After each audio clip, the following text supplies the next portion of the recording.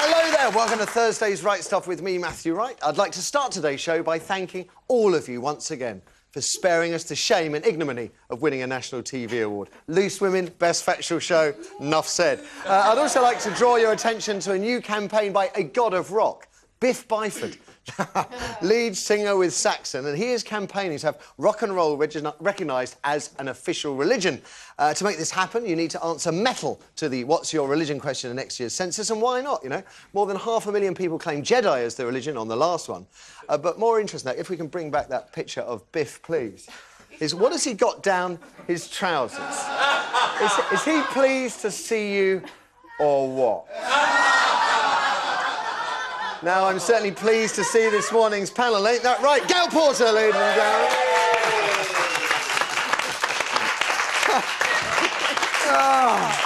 Nice hair. Yeah, I'm like a chameleon this week. I got in early, we bleached it. It's gone a bit green, but it's all right. I don't really mind. No, that's today. Is that today? This morning, look. I'm sitting with cling film in my hand. They're going, right, we're going to be talking about... yeah, OK, looking very sensible. How are you? How's your back? Tip-top. Are you a Saxon fan, by the way? Yeah, I am, actually. I like a bit of rock and roll. By the way, just to let you know, my boys' new vinyl are playing tonight at the Monarch, the headlining in Camden. So, come along, everyone. Down with the kids. Yeah, I'm hanging with the kids. Do they have any, you know... They don't need to use vegetables, no. OK, just check. Apparently. Allegedly. I'll put it down. Next time, the very funny Mr. Dave Gorman, ladies and gentlemen. Now, an email flooded in yesterday. An email flooded in. It's from a lady called Joanna Henwood. Has anyone else noticed the striking resemblance between Dave Gorman and Vincent van Gogh? Let's hope his ears don't suffer a similar fate to the great painters, as he'll need them to hear our views. Am I helping with this split screen now? Yeah, no, that's helping. Yeah. It is uncanny. Wow. Is it really? Can you paint like the man? Yes. You liar. Well, no, now that he's dead.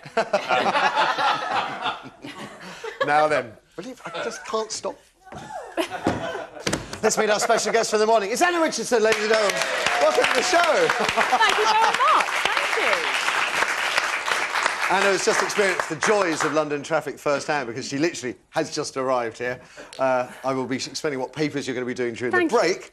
Now, she is, of course, the star of Channel 4's My Big Fat Diet Show. She also has another claim to fame. She came up with the idea of You Are What You Eat with Gillian McKeith. I did. For my sins. Friend of the show here. God, that's a rare show. That's Gillian coming out of my fridge. I can recognise that anyway. Now, and sticking with weight loss, because you have a new book out. This is it. It's the Body Diet's Blitz. Body Blitz Diet, which... Let's get that right. Body Blitz Diet. And I've been here all morning. Now, it's quite hardcore as diet books go. Do you think so? You don't pull your punches. Well, I'm a straight-talking bird, as I think, you know, anybody that's seen my shows will know. Yeah. And I have literally spent my entire life yo-yo dieting, and I've tried every fad diet going. So, yeah, I'm straight-talking about the fact that diets don't work. I mean, I'm dieting at the moment for my imminent wedding, but, I mean, there are lots of no's here. It's, it comes up no wheat, no dairy, no sugar, no carbs, no alcohol, and then you put that line at the bottom. If you can't manage that for just 19 days, you're not ready to diet. Now, 14 days. 14 days, sorry. And Gillian McKeith, I can remember that her advice was don't worry about... It's not about eating... It's not about not eating food, it's about eating the right food. So do you two have a different approach? No, absolutely. I mean, essentially, this is a book about me and my struggle with my own weight, you know, from being a very little kid, really, and I've tried every single fad diet going. Literally, I've had surgery, I've had baby food, I have had everything to try and shift the weight. And I kind of found my own way of eating. Which is? So this is based on that. This is a 2-week kickstart diet where you do exclude certain food groups, literally for 14 days, and you will lose at least half a stone. After that, you kind of have re-educated yourself about, you know, what clearly are very calorific foods and how to eat correctly. So, for me, that's what works for me. If I need to lose a good half a stone in just 2 weeks, and then I can just reintroduce some things like alcohol and just find a balance in my body. That's the bit that I was thinking about, because I'm thinking, so I don't drink for 14 days. How do I drink thereafter? And I have a funny idea, it wouldn't be in moderation after 14 days. And there's your problem. There's your problem. But I mean, sorry, Anna, obviously you practice what you preach, but when you fall off the wagon, do you fall off it spectacularly, or do you have... Absolutely. I mean, if you've just seen My Big Fat Diet Show, for example... I did watch it, actually. Over Christmas, I literally nosebagged. and totally put... I mean, when I stepped on the scales, I'd put on at least probably half a stone. So I can go for it like the best of girls, but I know now, a bit like yourself, really, I know my own body. So you know I know what I can do. I know I can get it off again pretty simply. And frankly, if you can't do it in 2 weeks... Do you know what I mean? Come on, Matthew, pull yourself together. I'd like to see the book about the diet where you put it all back on again. I'd like that to be out as a book. I want to see... Were you brought up in a sort of healthy eating environment? I know your dad's a man of the cloth. He is. My dad's a vicar, yeah, my mum's an RE teacher.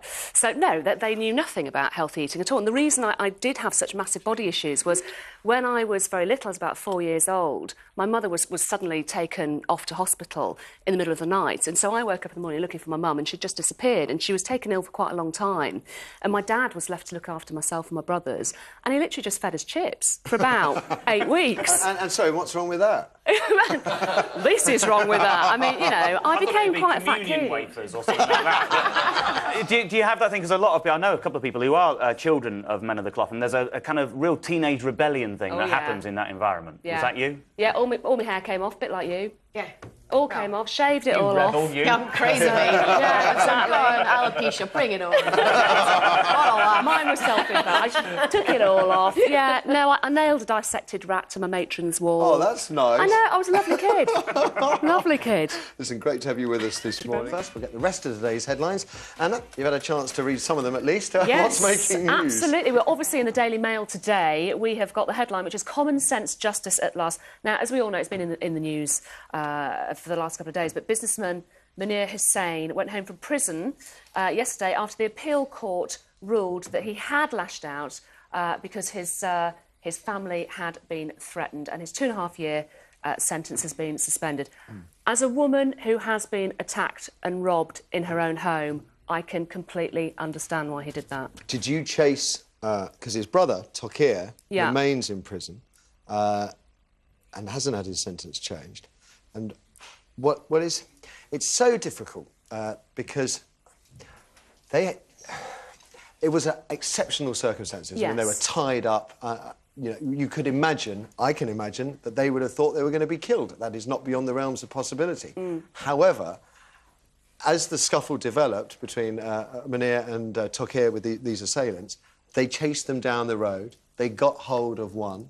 They smashed a cricket bat so hard over his head it snapped the bat in half, and the guy is brain damaged, or has received a brain injury.